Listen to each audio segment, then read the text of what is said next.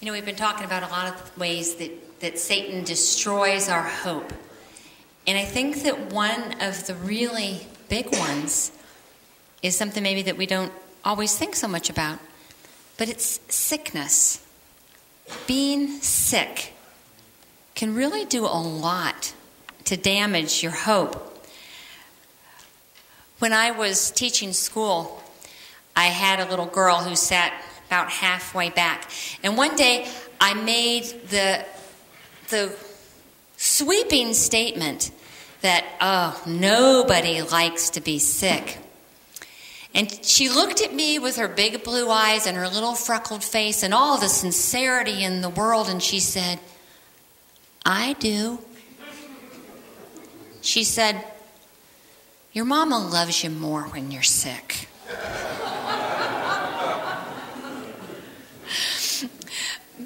But I think the problem with most of us is our moms aren't available to take care of us. And when we're sick, you know, we really do it affects us emotionally as well. You know, you whether you have like an acute illness, like the stomach flu, or if you have a chronic illness, like cancer, it's a very difficult battle because pain is not fun. And sickness is not fun. And weakness is not fun. And fear is not fun.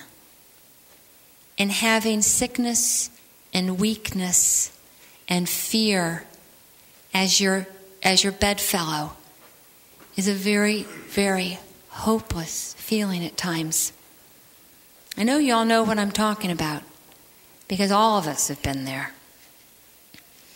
Many issues with our health we can't control. Genetics, environment, injury, they all affect our health in significant ways.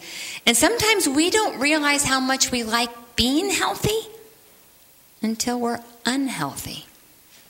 And we realize how much it meant to be able to get out of bed in the morning.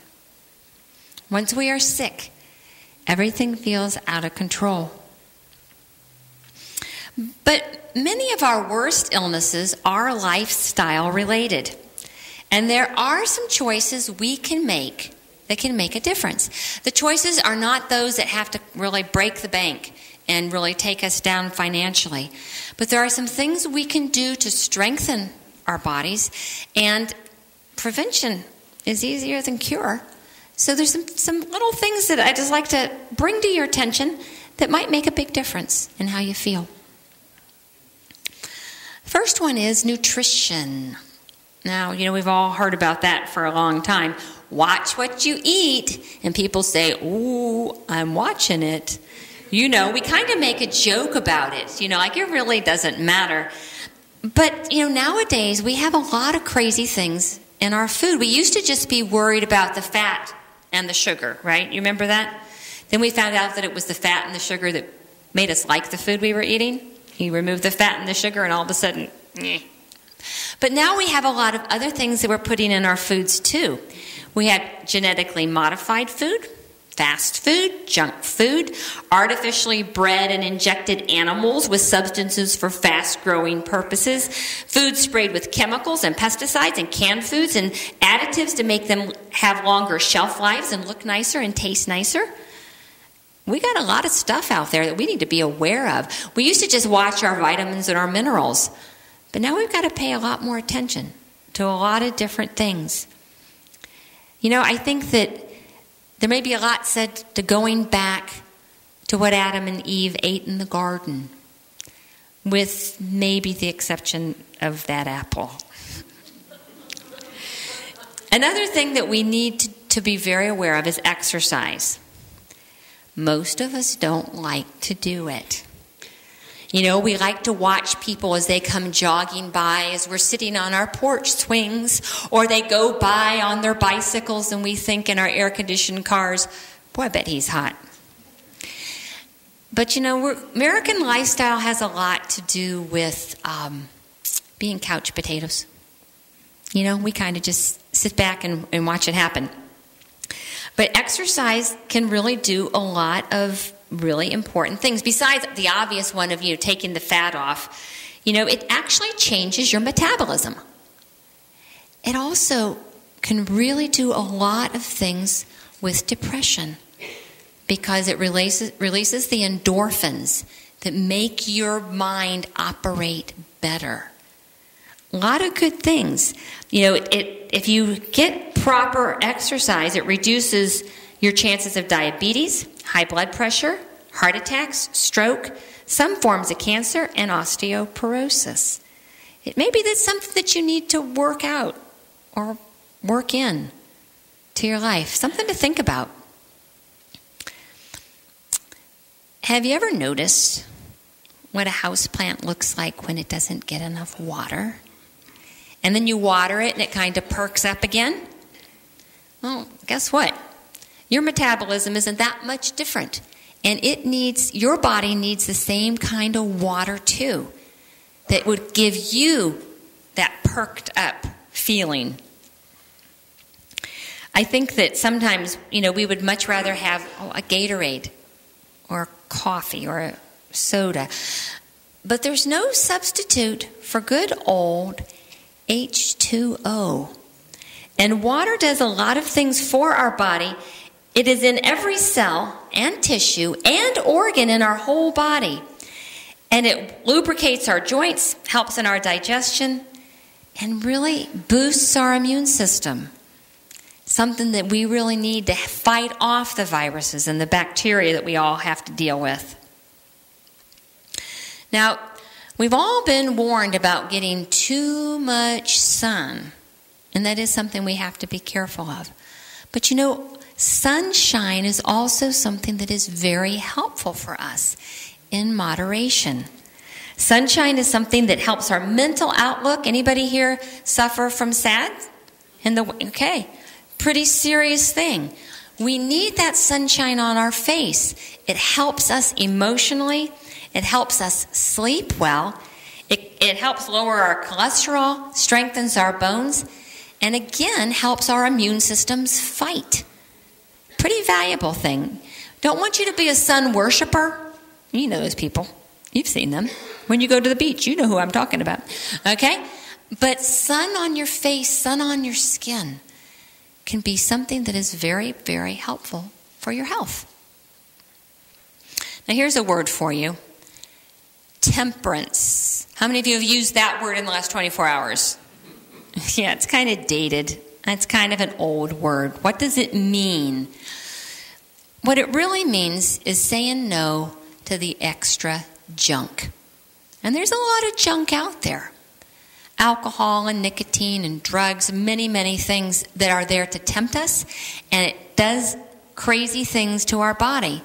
But there's also things like too much sugar. We may say, oh no, I don't drink. But we may totally overindulge in the sweet things that really take our immune system down too. So it's more than just not the drinking and the smoking and all that. We need to be moderate and helpful and wise in the things that we put in our body. If you want your car to run on premium or have a good reaction, you put premium gas in it. We got to be careful what we're putting in our bodies if we want them to really perform at the highest rate. How important is fresh air? How many of you work in offices where you have all that recirculated air all the time? Yeah, not the same deal as the fresh air. How many of you have ever seen somebody really struggle to breathe? Know that yeah. My mom died of COPD, and I watched her struggle and not be able to get enough air. And it was not a pleasant situation for any of us. We need to make sure that our lungs are getting fresh air, good air. It works to rejuvenate us. It helps our whole body feel better. It helps our blood pressure, our heart rate. And some really deep breaths, like in through the nose and out through the mouth, does tremendous things for anxiety. We need to make ourselves aware that we need that. The Does it ever make any of you unhappy when you think that you sleep a third of your life? I mean, really, if we get the 8 hours of sleep that we're supposed to get, we are sleeping a third of our lives. That doesn't make me happy. I feel like I'm wasting my time when I'm sleeping, okay? And I think that's, a lot of people feel that way. I think that's why there's so much coffee sold, so many of those energy drinks, that people are not wanting to sleep. There's too much to do. There's too many things that they want to accomplish besides the sleeping thing. But sleep also really affects how you feel and affects your health. It affects your creativity and your attention span. It decreases stress and depression and even obesity. Don't think of it like that. You may want to sleep more hours, if you may sleep more hours, but the doctors say that if you sleep more hours, you will gain more years. You will live longer if you get the sleep you need. Sounds like a good trade to me. Now, how about your spirituality? Does that affect your health? It does. They have done research on spirituality and how it impacts us. And it really does impact your health. Your relationship with God, the time you spend with Him, it can make not only increase the quality of your life, but it actually expands the quantity of your life. The Psalms tell us, "Bless the Lord, O my soul, and forget not all His benefits, who forgives all your iniquity, who heals all your diseases, who satisfies you with good, so that your youth is renewed like the eagles." Now, I don't really know what a young eagle's youth looks like. Just saying. But I'm pretty sure he doesn't fly with a limp. It's a promise that the Lord has made us. We take care of our bodies. It will increase our energy and our strength. So, whether you eat or drink or whatever you do all to the glory of God. So go ahead. Start jogging towards the light.